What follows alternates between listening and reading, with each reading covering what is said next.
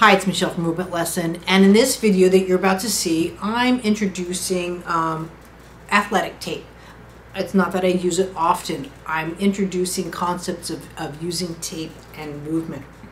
I know a lot of people use tapes, let's say, for awareness or to, quote, prevent spasticity. But again, as you'll see me talk about in this tape, it is about not so much preventing, because when I move a certain way, that's my language. That's my internal languages of how I move. So with Movement Lesson, when a child has special needs, it's not that they're doing something wrong. It's why they're using that kind of language to talk to me. And that language is through movement. And so I'm looking to see how that affects them. So I am coming up with a course on athletic taping for various points in the body that we're using for, and I want you to bring in functional movements and milestones. So look forward for that course. You want to know more? Subscribe, like. But let's get started. Thanks. I've had some opinions or questions, I should say, about using athletic tape for awareness, let's say, or to prevent spasticity. Now, first of all, whether you have lack of awareness or you have spasticity, we have to realize what's going on in that body that presents with spasticity or lack of awareness, right? And so there's things that are going on. So let's say it could be your vision. It could be because you have a trach. It could be lots of different things that are overwhelming the system. The system's just looking to protect itself. And so it will go into certain movements, or it's unable to go into certain movements because of its environment. So I just want to show, and I've got Claudia here, and I just want her to show you just rolling over. So she's just going to go to roll towards the camera and just feel rolling over. So go for it. So if she's rolling, right, and coming back, right, and this is just one of many ways of rolling over. But rolling over is really done through your spine. So again, just do it, and then just do it where you're going to go touch the camera, let's say. Right? So that's how it looks like and comes back. And a lot of that's done for the spine. So I'm just going to tape, now I'm not taping even both of her hands, I'm going to tape up the one the way that I just saw done. And I'm doing it not to say don't do it. I get it where people try and do things, right? But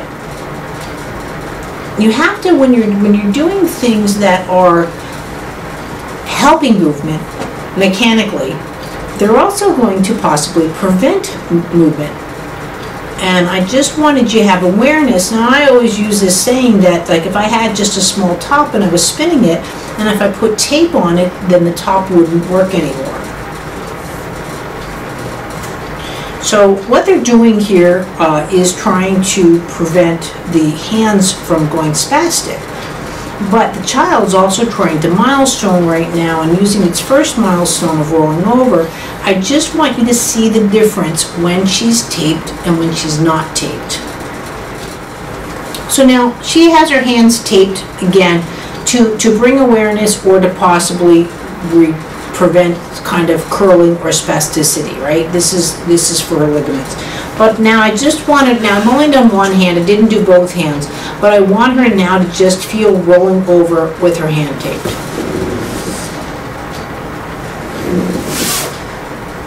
Now can you see how she just can't get as far?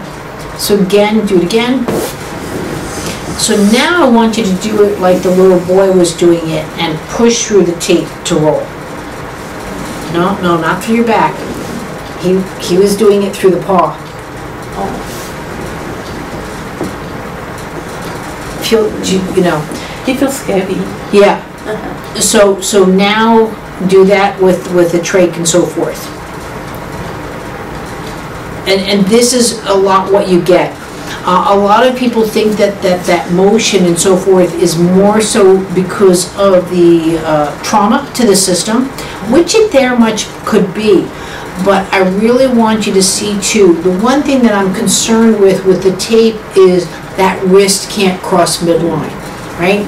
So again, if I were to just take her from here and on this side, I'm going to rotate her out. Now don't help me. So I'm just going to rotate, see, she just comes to me, right? But now if I rotate her on this side,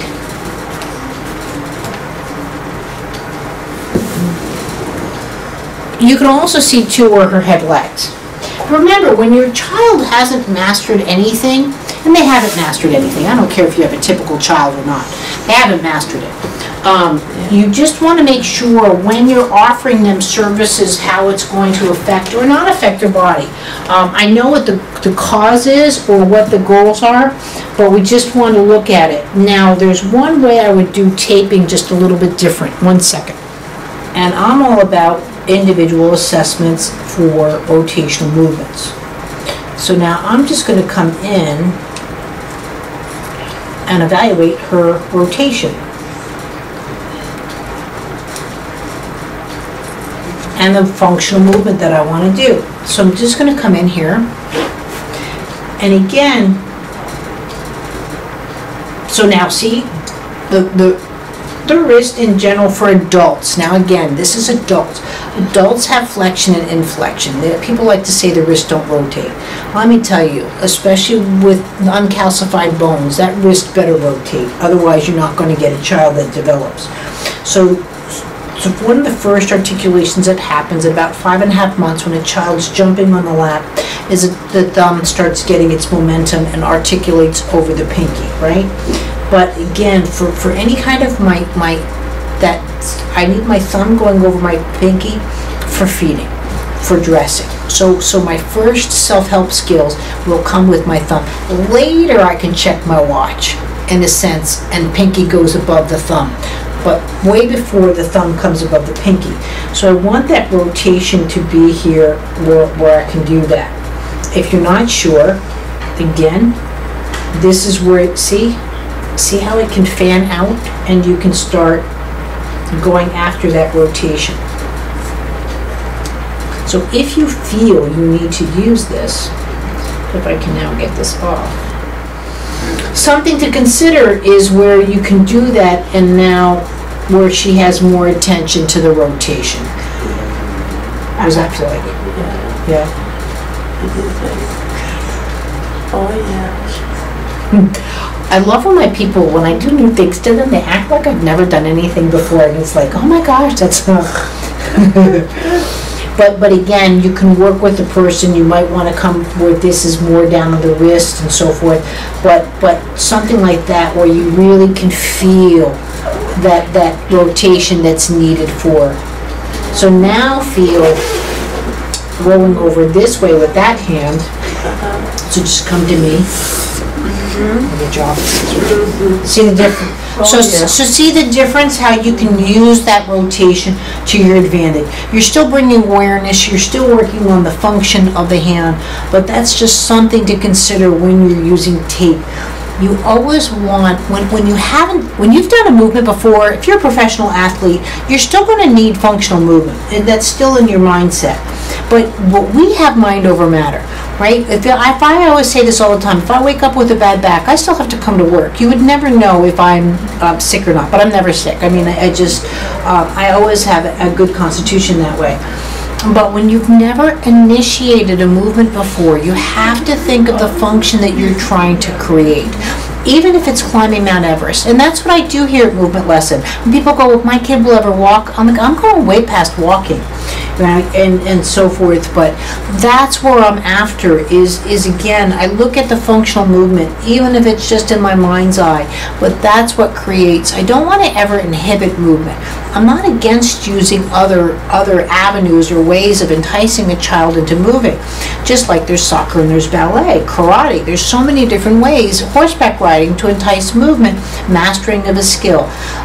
We are all different that way, but when you've never initiated a skill before, I just want you to think more about what you're trying to get out to help the person, because that's where they're going to give you more of themselves to help. If you're helping them, they're going to want to move with it. So just something to consider with athletic tape. Thanks.